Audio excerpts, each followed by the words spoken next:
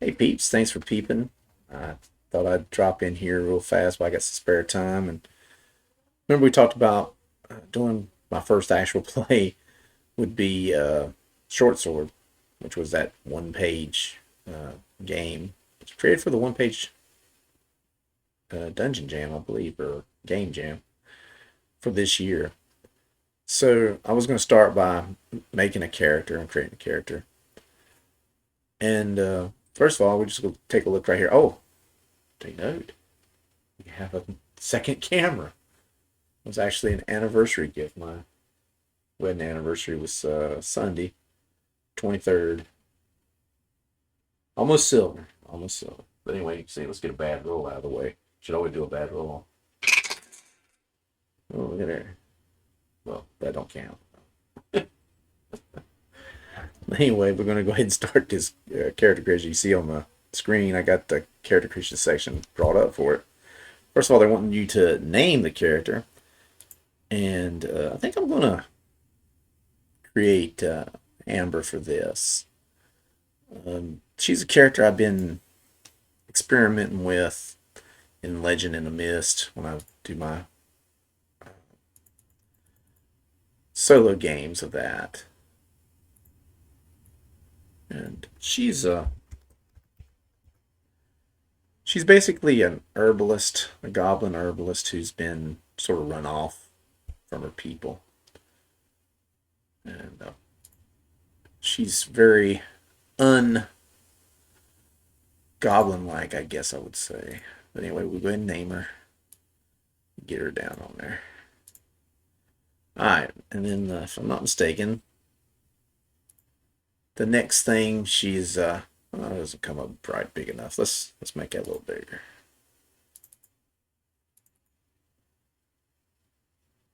Maybe 26. Yeah, it looks better. I can see it. If I can see it, y'all should be able to see it.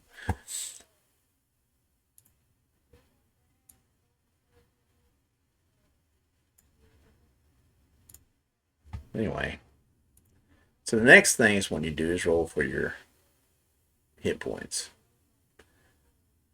So we'll go ahead and do that. So it's 1d6 plus 8. Hope I get that 6 again. You know what I'm saying? Oh, that figure. So 9. She has 9 hit points. You see that 1. I guess that getting the bad rolls didn't work out for me. So 9 hit points is her max. So go ahead and write that in here. We'll make it big. Go with 36. Be a whopping 9. Oh my goodness. Well, maybe we can make that bigger. Yeah, let's see. Might be the best we can do. But we'll go ahead and do that.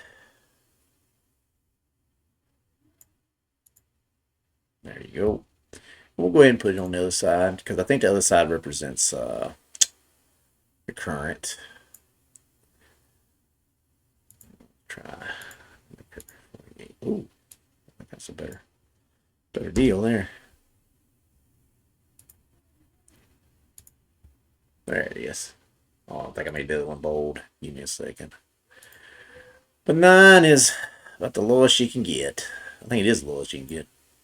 That makes sense. She's a pitiful little thing. Probably starved and about half starved. She was kicked out from her people, so probably a big reason why she's only got 9 points. Anyway, it says pick 2 things you're good at. So number 1 would definitely be herbalist. But we're going to roll for the other one. So we'll make it, let's try 14 first, see what happens.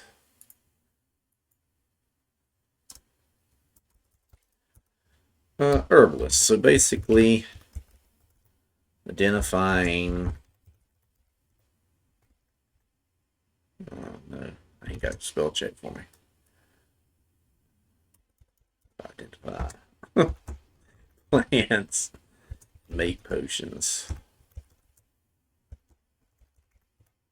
Right? Let's see what that does for us.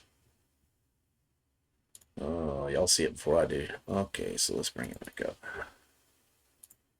We'll move that down. There we go.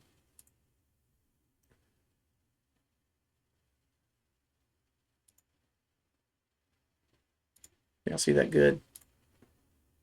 Let's look at the screen and see what we got going on. I could go a little bit higher on that one. So let's take her up to 20. Oof. Oof. Grub Gun used to say, if he's still around.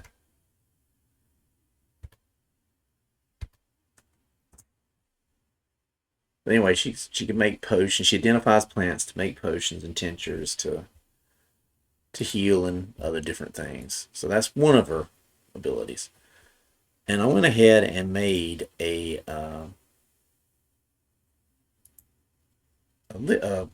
D66 dungeon crawler tag chart, not just for short sword, but for anything of that nature, of a dungeon crawler like nature that you'd be playing. And we'll go ahead and roll, see what she gets. We're gonna let blue be the 10s. Where you at there? Blue be the 10s, and the red will be the 1s. So 15. You know, see that? Yep, 15. So 15 is Weapon Master of all things. That's pretty cool. I think I was going to make it where you had to pick one. And in her case, she uses a dagger, because she uses a dagger to get her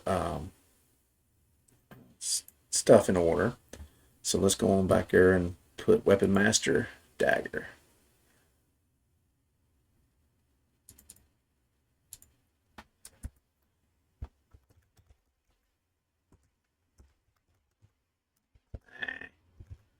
My wonderful typing skills.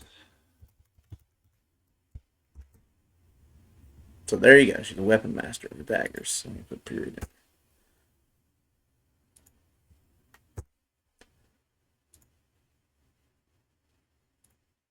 Ta-da! So I don't know if I should put a space in there. What do y'all think? Between lines. Yeah, let's do that. I'm gonna put it in line better. There we go. We'll put that in there. There we go. That looks better. Alright, so now we got herbalist. We got a weapon master for the dagger. She probably had to defend herself against the other goblins and stuff. But anyway, now we got to pick something bad. And if you'll go back and look at my chart here, you'll see I have a good tag and a bad tag for each line. You know, the weird thing about it, once you look at Weapon Master on that chart, you'll see the flaw is pacifist. And yeah, in that kind of world, being a pacifist would be a bit of a flaw, but sometimes it could be any flaw can end up being a blessing. You know, it can be something that saves you. Like being illogical. If you look at 4-1, illogical is a flaw because it'll get you in trouble if you don't think through things in a logical manner. But also being illogical can bring you comfort if you can believe in something that's not real and it brings you happiness. Anyway, let's roll her flaw. Once again, we're going to let blue be the 10s and red be the 1s. And we got target 3. Let's see if y'all see it. Yeah. Oh, yeah, y'all can see it. 33. And 33 is night blindness. Well, don't that suck for a goblin? Especially one that's going in a cave. Maybe that's why she's going to have a torch with her. Alright, so anyway, we'll cut this off. Night blindness. Oh, girl, I feel for you. It's going to be rough being a dungeon person running around in dungeons with night blindness. As someone who suffers from night blindness, I can totally feel for her. But anyway, let's set this up. It's what I say, 20, I think it was. Uh,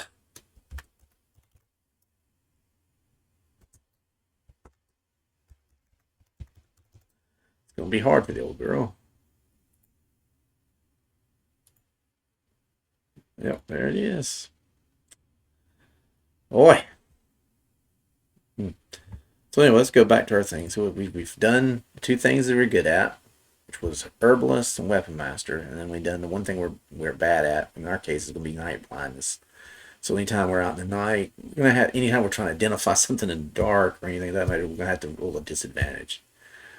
Okay, now we're gonna do our starting gold. Well, I'm gonna go ahead and throw that off the table because she has been kicked out from her the goblin lair. She's been run off to the south. They live further up into the north in the mountains. The goblins do in this world, and they've kicked them out. They've run them out. They've run her out. And so she's trying to live on her own. So she probably wouldn't have any gold. She's probably doing good just to have a dagger and probably a pouch that she keeps off her herbal stuff. And she probably has some rations. Maybe she's found some food that was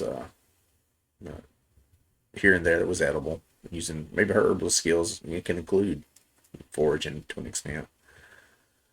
So we're not gonna worry about the gold, but we got to pick two items to start with. It says so. Dagger, of course, is one of them, and the other one will be an herbal pack. So let's go ahead and write that down in our inventory.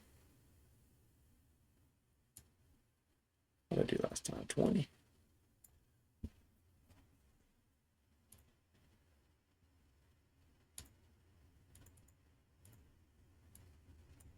Let me move this on my path. Oh, okay. Okay. That was working. All right, so item number 1 is a dagger.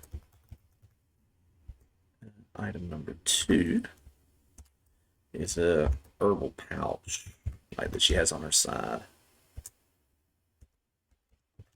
And I'm going to cheat a little bit and give me one more item, and that's going to be one torch. She has one torch made. That'll at least get her started. All right. Let's see what that looks like. Oh, yeah. Maybe we should move that around a little bit. Maybe we can read that.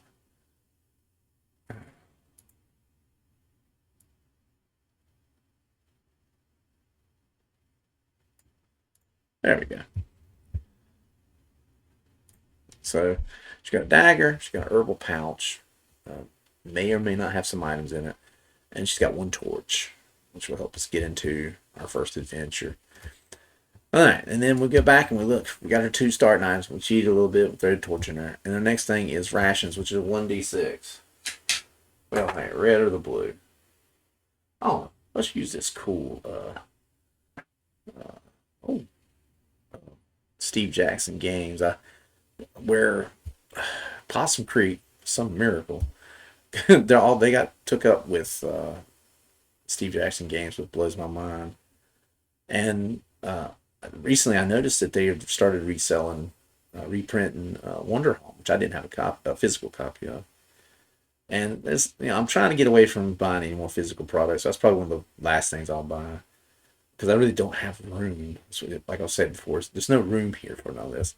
But anyway, they came with one of these dice. I thought it was kind of cool. It's got the little, I don't know if you can see it, little dragon's head. Can you see it better? Let me go back over. Yeah, you can see it a little bit better. Little dragon's head. We're going to use him. I think that dragon's head is 1, if I'm not mistaken. 2 rations. So there might be another reason why we're in this cave is looking for mushrooms or food. So we got 2 rations. Oh boy. Let's see. Where you at? There you are. That's too big. We'll make it 20 again.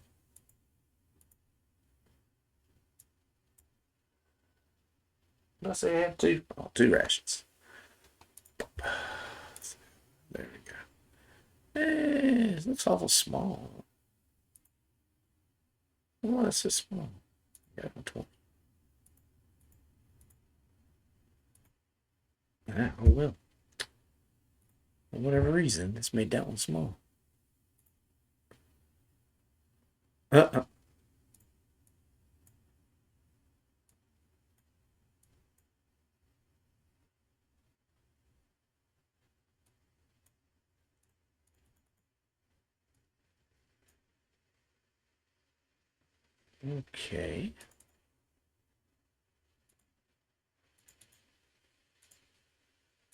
Give me a second here. Just trying to be a jerk.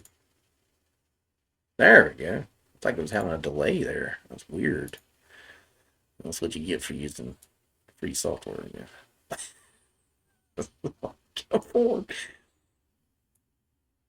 Okay, where's that right there? There you go. That looks better. All right, so we got 2 rations. Oh, the struggle is real. So that's pretty much it. That's pretty much it for it. We don't have any gold. It doesn't make any sense for Amber to have any gold, whether the character creation says you do that or not. But let's talk about. I've created her. Let's go ahead and sort of talk about what happened to her. I'm gonna kind of using this to create my notes for this adventure. Basically, Amber, like I said, uh, most of the goblins that she was living in, the lair she was living in, they were kind of vicious, aggressive, and to be fair to them, the humans in that area were very aggressive and vicious to them. So they met back with kind. So they're kind of the usual normal goblin we think about. Well, Amber, she was maybe more studious, observant of nature. She's probably closer to nature, and I'm guessing she didn't really vibe with them. So they kind of picked on her and attacked her a lot and took stuff from her. And eventually she was just like, I'm leaving. They were probably going to kick her out anyway. So she left on her own and ventured south. And she was trying to get through the different human lands, and she probably ran into trouble with them, trying to hide from them until eventually she got to the Darkspire Mountains, which is a common place that I create in my games. But she's moved up into there, and it's probably getting close to fall, probably in late summer. And she's finally found an area that she feels comfortable in. There's a water source nearby. There's a good stream nearby, and she finds a tree and goes up into its branches and creates like a little tree house up in there to live because keep her off the ground, keep her away from predators and things like that. And it's very ungoblin like. Mostly goblins would stay in caves and such. Well, she's been trying to find things to eat. She's probably got some nuts, some dried berries that she's made. That's probably her rations. That's all she's got. And she's looking around. She's exploring around, and as she is one morning, she discovers a cave, and she's like, "Ooh, look at this cave!" And at the entrance of it, there's a minty go-go, which is a type of herb that she is quite addicted to because it's kind of like our coffee.